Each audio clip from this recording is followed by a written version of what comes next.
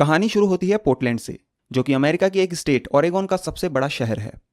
बुधवार 24 नवंबर 1971 की दोपहर में 40 से 45 साल का एक शख्स पोर्टलैंड इंटरनेशनल एयरपोर्ट पर पहुंचता है। उसकी हाइट लगभग 6 फुट या उससे थोड़ी ही कम होगी। उसने एक डार्क कलर का business suit, white shirt, black tie और डार्क ब्राउन शूज पहन रखा था। साथ में उसने ऊपर से एक ब्लैक रेनकोट भी डाल रखा था और हाथ में एक ब्लैक कलर का ब्रीफकेस भी ले रखा था। उस दिन एयरपोर्ट पर ज़्यादा भीड़ नहीं थी, क्योंकि अगले दिन 25 नवंबर को अमेरिका में थैंक्स गिविंग डे मनाया जाता है, जिसमें कि लोग बाग अपने जानने वालों से मिलते हैं, एक दूसरे को गिफ्ट देते हैं और थैंक यू बोलते हैं। और उस दिन पूरे अमेरिका में छुट्टी होती है, तो ज़्यादातर लोग पहले ही अपने रिश्तेदारों के यहाँ पहुंच जाते हैं। इसलिए 24 नवंबर 1971 को एयरपोर्ट पर बहुत कम लोग थे। एयरपोर्ट पहुंचने के बाद वो आदमी नॉर्थ वेस्ट ओरिएंट एयरलाइंस के काउंटर पर जाता है और वहां पहुंचने के बाद वो पोर्टलैंड से सिएटल के लिए एक वन वे टिकट खरीदता है, जिसके लिए वो $20 पे करता है कैश में, और काउंटर पर अपना नाम डैन कूपर बताता है। जिस फ्लाइट में उसे टिकट मिली वो थी फ्लाइट नंबर 305 और वो प्लेन एक बोइंग 727 था। टिकट लेने के बाद कूपर बोर्डिंग गेट की तरफ जाता है। उस टाइम पे एयरपोर्ट पे ना तो कोई मेटल डिटेक्टर होता था और ना ही कोई चेकिंग। बस जो एक चीज आपको बोर्डिंग के लिए चाहिए होती थी वो थी टिकट। तो बोर्डिंग वगैरह करने के बाद Cooper north west Orient airlines की फ्लाइट नंबर 305 में पहुंचता है और सबसे पीछे की लाइन में जो सीट थी वहां जाकर वो बीच वाली सीट नंबर 18C पर बैठ जाता है और अपने बगल वाली सीट पर वो अपना ब्रीफकेस रख देता है। उसके दूसरे तरफ की जो सीट थी वो भी खाली थी। उसके बाद वो एक काले रंग का चश्मा लगाता है, अपनी सिगरेट जलाता है और फिर बर्बन और सोडा का एक ड्रिंक ऑर्डर करता है। उस फ्लाइट में कूपर के अलावा 35 पैसेंजर और थे और कूपर 36वां। उसके अलावा 3 फ्लाइट अटेंडेंट, एक पायलट, एक को पायलट और एक फ्लाइट इंजीनियर भी था। तो कुल मिलाकर उस फ्लाइट में 42 लोग थे और वो फ्लाइट लगभग 2/3 खाली थी। दोपहर 2:50 पर यह फ्लाइट अपने तय वक्त पर पोर्टलैंड इंटरनेशनल एयरपोर्ट से टेक ऑफ करती है और लगभग आधे घंटे बाद इसे सिएटल के टकोमा इंटरनेशनल एयरपोर्ट पर लैंड करना था। फ्लाइट टेक ऑफ करने के थोड़ी देर बाद ही कूपर अपनी जेब से एक पर्ची निकालता है और अपने बगल से गुजर रही एक फ्लाइट अटेंडेंट, जिसका नाम फ्लोरेंस शेफनर था, वो उसे रोकता है और वो पर्ची उसे देता है। फ्लोरेंस वो पर्ची लेती है, उसे देखकर मुस्कुराती है और वहां से चल देती है। उसे लगता है कि यह कोई फ्लड टाइप का आदमी है और अपना फोन नंबर देने की कोशिश कर रहा है, और उसके साथ पहले भी कई बार ऐसा हो चुका था। तो फ्लोरेंस उस पर्ची को पढ़े बिना ही अपनी जेब में रख लेती है। कूपर जब यह देखता है कि उसने पर्ची पढ़े बिना ही अपनी जेब में रख लिया, तो वो उसे दोबारा अपने पास बुलाता है और उसके कान में धीरे से कहता है कि अगर आपने वो पर्ची पढ़ ली हो तो ठीक है, नहीं तो मैं आपको बताना चाहता हूं कि मेरे पास एक बॉम्ब है। जैसे ही ये बात फ्लोरेंस सुनती है वो घबरा जाती है। फिर वो पर्ची खोलकर देखती है तो उसमें लिखा था कि मिस, मेरे पास एक बॉम्ब है और मैं चाहता हूं कि आप मेरे साथ आकर बैठें। उसके बाद फ्लोरेंस अपनी एक साथी फ्लाइट अटेंडेंट, जिसका नाम टीना मकलो था, उसे बुलाती है और वो पर्ची दिखाती है। ये पर्ची देखने के बाद टीना भी घबरा जाती है, मगर वो फिर भी कूपर से पूछती है कि कहीं आप मजाक तो नहीं कर रहे। तो डैन कूपर टीना मकलो से कहता है कि आप मेरे पास बैठिए, मैं आपको कुछ दिखाना चाहता हूँ। फिर टीना उसके बगल में जो खाली सीट थी उस पर बैठ जाती है। उसके बाद कूपर अपना ब्रीफकेस खोलता है और उसे दिखाता है। उस ब्रीफकेस में 8 डायनामाइट की स्टिक थी, जो कि 4-4 के बंडल में एक साथ जुड़ी हुई थी। एक बैटरी थी और बहुत सी तारें उससे जुड़ी हुई थी। ये देखने के बाद वो दोनों और घबरा जाते हैं। फिर कूपर बोलता है कि ये प्लेन हाईजैक हो चुका है और मैं चाहता हूं कि आप मेरी जो डिमांड है वो इस प्लेन के कैप्टन तक पहुंचाएं। उसके बाद कूपर एक पर्ची पर अपनी डिमांड लिखवाता है। उसकी डिमांड थी कि उसे आज 5 बजे तक $2 लाख चाहिए, 4 पैराशूट चाहिए, 2 प्राइमरी बैक पैराशूट और 2 रिजर्व फ्रंट पैराशूट। और जब ये प्लेन लैंड करे तो इस प्लेन को रिफ्यूल करने के लिए रनवे पर एक ईंधन से भरा ट्रक होना चाहिए, और अगर कोई भी चालाकी हुई तो मैं इस प्लेन को उड़ा दूंगा। उसकी ये डिमांड लेकर फ्लोरेंस उस फ्लाइट के कैप्टन विलियम स्कॉट के पास पहुंचती है। इधर टीना भी कूपर के बगल में बैठकर उस प्लेन के इंटरकॉम से कैप्टन विलियम को सारी सिचुएशन बताती है। उसके फौरन बाद कैप्टन विलियम सिएटल एयरपोर्ट के ATC यानी एयर ट्रैफिक कंट्रोल से संपर्क करते हैं और सारी घटना की जानकारी देते हैं कि ऐसे ऐसे एक आदमी जिसका नाम डैन कूपर है, उसने फ्लाइट नंबर 305 को हाईजैक कर लिया है, उसके पास एक बॉम्ब है और उसकी ये डिमांड है, और अगर उसकी डिमांड पूरी नहीं हुई तो वो ये प्लेन बॉम्ब से उड़ा देगा। एयरपोर्ट अथॉरिटी जैसे ही ये खबर सुनती है वहां भी हड़कंप मच जाता है। उसके तुरंत बाद FBI को इस हाईजैकिंग की जानकारी दी जाती है और लोकल पुलिस और एयरपोर्ट सिक्योरिटी को भी अलर्ट कर दिया जाता है। इधर कूपर टीना से कहता है कि जब तक उसकी ये सभी डिमांड पूरी नहीं की जाती तब तक ये प्लेन सिएटल में लैंड नहीं करेगा, और ये भी मांग करता है कि उसे जो $2 लाख चाहिए वो सभी $20-20 की शक्ल में होने चाहिए। उसके बाद टीना इंटरकॉम के जरिए ये बात पायलट तक पहुंचाती है और फिर पायलट ये बात ATC को बताते हैं। फिर लास्ट में यह तय किया जाता है कि ठीक है, अभी उसकी सारी डिमांड पूरी कर देते हैं, बाद में कहीं तो वो लैंड करेगा और उसे वहीं दबोच लेंगे। इस दौरान फ्लाइट 305 सिएटल पहुंच गई, पर क्योंकि कूपर ने कहा था कि जब तक उसकी मांग पूरी नहीं होती तब तक ये प्लेन लैंड नहीं करेगा, तो पैसेंजर के बीच पैनिक ना फैले इसलिए ये अनाउंसमेंट की गई कि एक छोटी सी मैकेनिकल प्रॉब्लम की वजह से फ्लाइट को सिएटल पहुंचने में वक्त लगेगा। और ये प्लेन एयरपोर्ट के आसपास ही आसमान में अगले 2 घंटों तक गोल गोल चक्कर लगाता रहा और फ्लाइट के अंदर कूपर अपनी सिगरेट पीता रहा, जिसे जलाने के लिए उसने टीना मकलो का भी साथ लिया क्योंकि एक हाथ में उसने उस बॉम्ब का डेटोनेटर पकड़ रखा था। इस दौरान टीना ने कूपर से पूछा कि उसने हाईजैकिंग के लिए नॉर्थ वेस्ट ओरिएंट एयरलाइंस को ही क्यों चुना, क्या उसे इस एयरलाइंस से कोई बदला लेना था। तो कूपर बोला, नहीं, मुझे बस बदला लेना था, पर इस एयरलाइंस से नहीं, बस ये एक इत्तेफाक है कि मैं इस एयरलाइन में बैठा। इधर इन 2 घंटों के दौरान FBI सिएटल के फर्स्ट नेशनल बैंक से $20 की शक्ल में $2 लाख का इंतजाम करती है और इन सभी नोटों के सीरियल नंबर नोट करवाती है ताकि आगे कभी ये पैसे खर्च हो तो कूपर को पकड़ा जा सके। आज 2021 में इन $2 लाख की कीमत लगभग $13 लाख के आसपास है और अगर इन डॉलरों को भारतीय करेंसी में कन्वर्ट करूं तो आज इसकी कीमत होती है लगभग 10 करोड़ रुपए। खैर, अब वापस कहानी पर आते हैं।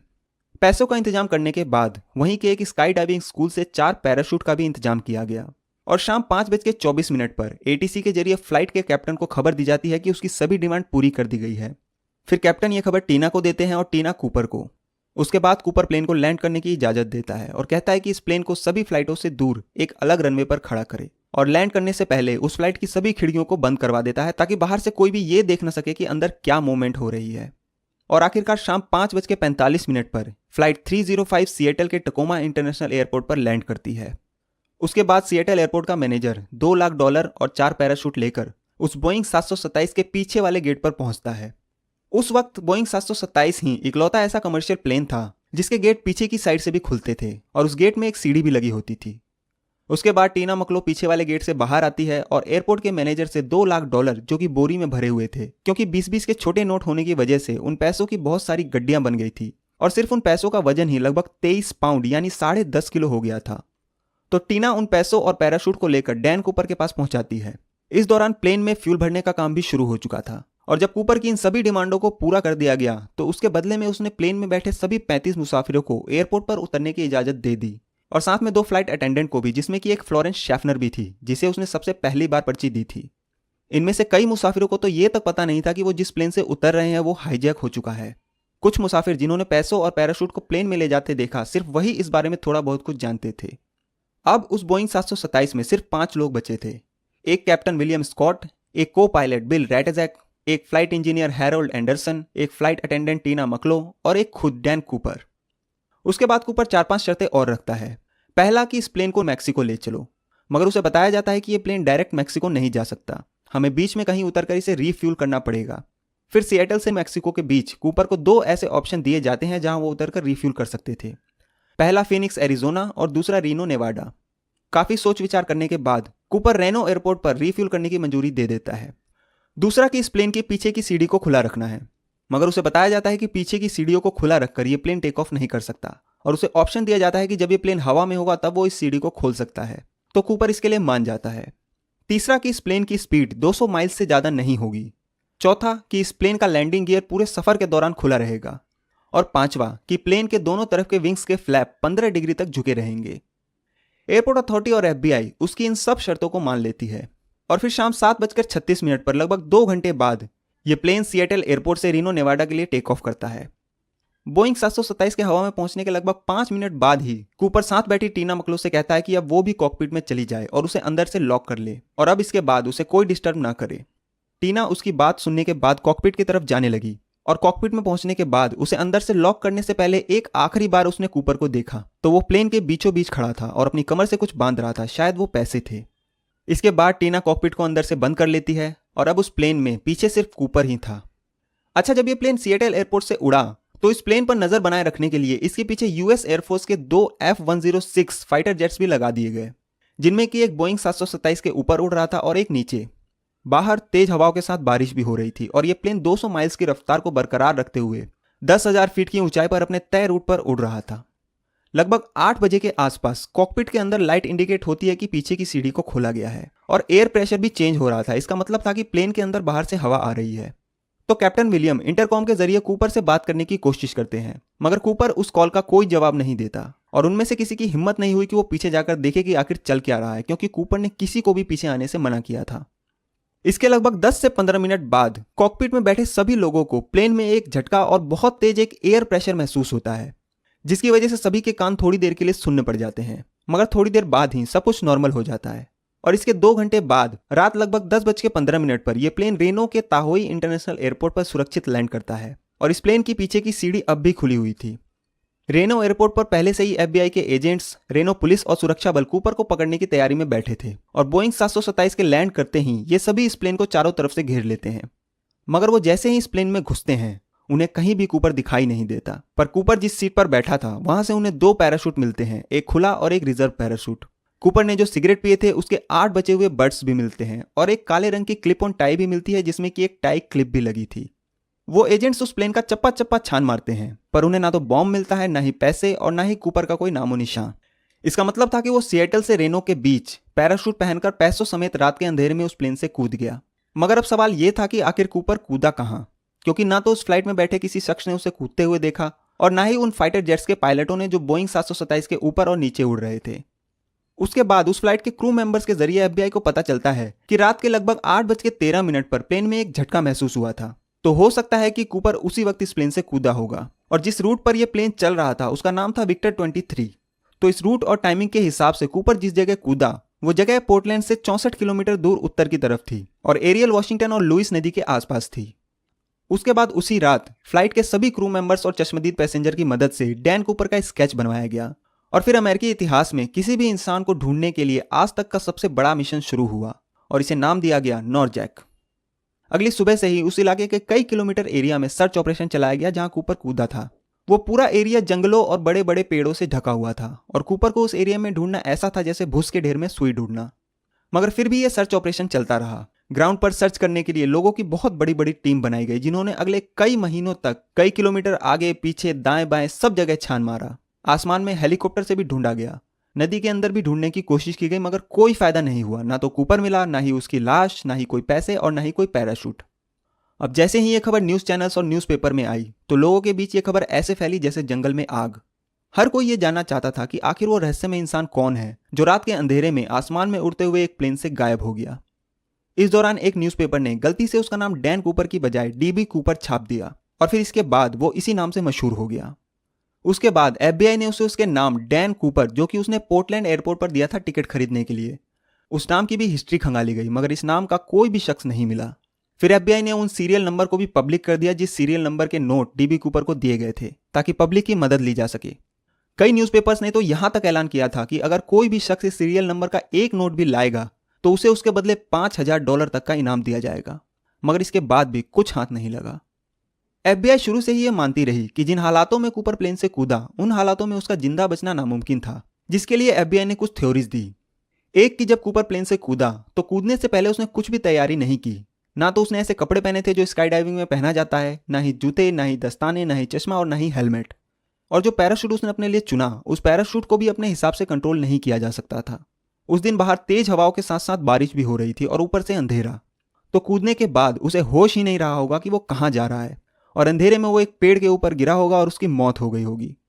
दूसरा कि जब वो प्लेन से कूदा तो वो सीधे लुइस नदी में जाकर गिरा और नवंबर के महीने में वहां का टेम्परेचर -डिग्री में रहता है। प्लेन से कूदने से पहले उसने अपनी कमर से पैसों की बोरी को भी बांधा था जिसका कि खुद का वजन ही लगभग 10.5 किलो था। तो पानी में गिरने के बाद ना तो वो खुद संभल सका होगा और पैसों के वजन और कंधे पर बंधे पैराशूट ने और परेशानी पैदा कर दी होगी। और पानी इतना ठंडा था कि अगले कुछ मिनटों में ही कूपर की मौत हो गई होगी। मगर FBI की इन दोनों थ्योरी पर शक और सवाल इसलिए उठे कि अगर कूपर की मौत हो गई तो अभी तक उसकी लाश क्यों नहीं मिली, जिसकी वजह से यह इन्वेस्टिगेशन ऐसे ही चलती रही। इस घटना के लगभग 9 साल बाद 10 फरवरी 1980 को ब्रायन इनग्रम नाम का एक 8 साल का बच्चा अपने माँ बाप के साथ कोलंबिया नदी के किनारे एक बीच जिसका नाम टीना बार था, वो वहां पिकनिक मनाने के लिए जाता है और आग जलाने के लिए वो रेत में गड्ढा खोदता है। अचानक से उसे लगता है कि रेत में कुछ दबा हुआ है और जब वो थोड़ा और खोदता है तो उसे वहां से $20 की 3 गड्डियां मिलती हैं। ये नोट काफी पुराने लग रहे थे और उसमें टोटल जो अमाउंट था वो था $5800। उसके बाद ये नोट FBI को दिए गए और जब इनका सीरियल नंबर मिलाया गया तो वो उन सीरियल नंबर से मैच हो गए जो कूपर को दिए गए थे। उसके बाद से आगे कई बार टीना बार बीच की खुदाई की गई, मगर इन 3 नोट के बंडलों के अलावा वहां से और कुछ नहीं मिला। पर फिर भी यह सबूत मिलने के बाद FBI को लगा कि अब यह केस सॉल्व हो जाएगा। मगर इन पैसों ने केस को सुलझाने की बजाय और उलझा दिया, क्योंकि टीना बार बीच जहां ये पैसे मिले वो लगभग वहां से 27 किलोमीटर दूर था जहां कूपर ने छलांग लगाई थी। तो सवाल ये था कि आखिर ये पैसे यहां आए कैसे।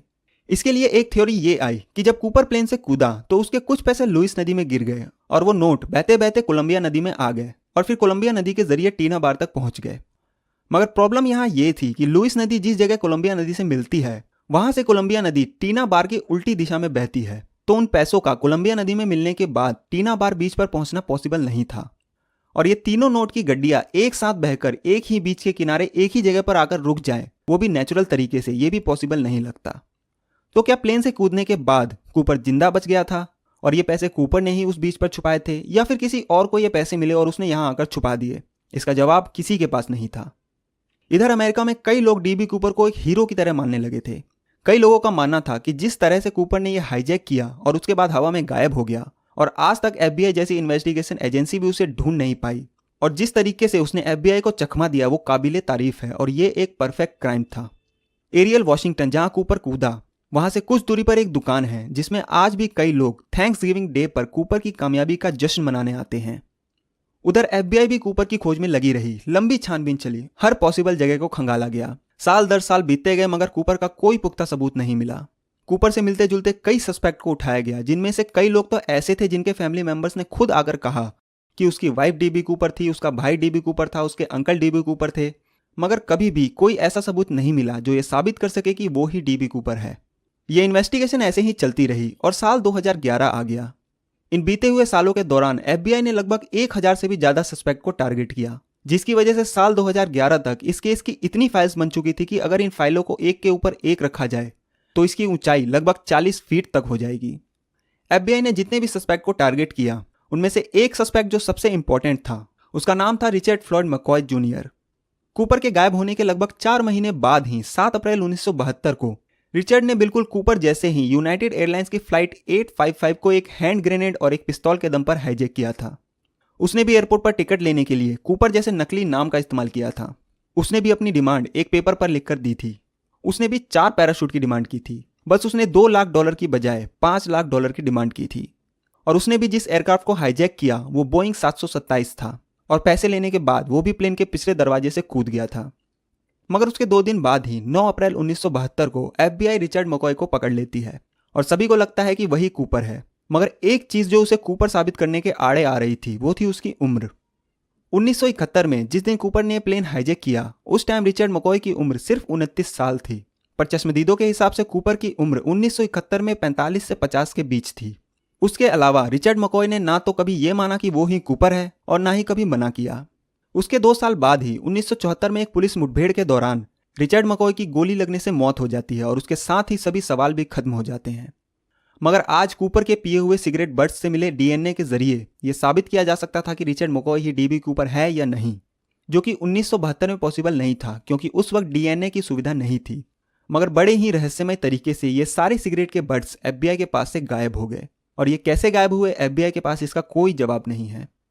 उसके बाद 8 जुलाई 2016 को एफबीआई कहती है कि हमने पूरी कोशिश की डीबी कूपर को ढूंढने की। हमने इन बीते हुए सालों में अपनी सभी मैन पावर का इस्तेमाल कर लिया, मगर वो कहां से आया और कहां गया ये हमें नहीं मालूम। और आखिरकार 45 साल बाद एफबीआई अपनी हार मान लेती है। रिचर्ड मकॉय के अलावा और भी कई इंपॉर्टेंट सस्पेक्ट थे, जैसे Kenneth Peter Christiansen, Robert Rackstraw, Lynn Doyle Cooper, Barbara Dayton, Robert Lepsy, Sheridan Peterson, William J Smith, Duane Weber और इनके अलावा और भी बहुत से। मगर आज 49 साल बाद 2021 में भी ये पता नहीं चल सका है कि आखिर डीबी कूपर कौन था, जो आसमान में उड़ते हुए प्लेन से रहस्यमय तरीके से रात के अंधेरे में खो गया और ऐसा खोया कि फिर कभी नहीं मिला। उसे जमीन खा गई या आसमान निगल गया, ये आज तक पता नहीं चल सका, क्योंकि ना तो वो खुद मिला और ना ही उसकी लाश। ये केस अमेरिकी इतिहास का इकलौता ऐसा हाईजैकिंग का केस है जो आज तक सॉल्व नहीं हुआ और आज भी रहस्य बना हुआ है। तो ये थी कहानी उस रहस्यमय इंसान डीबी कूपर या डैन कूपर की,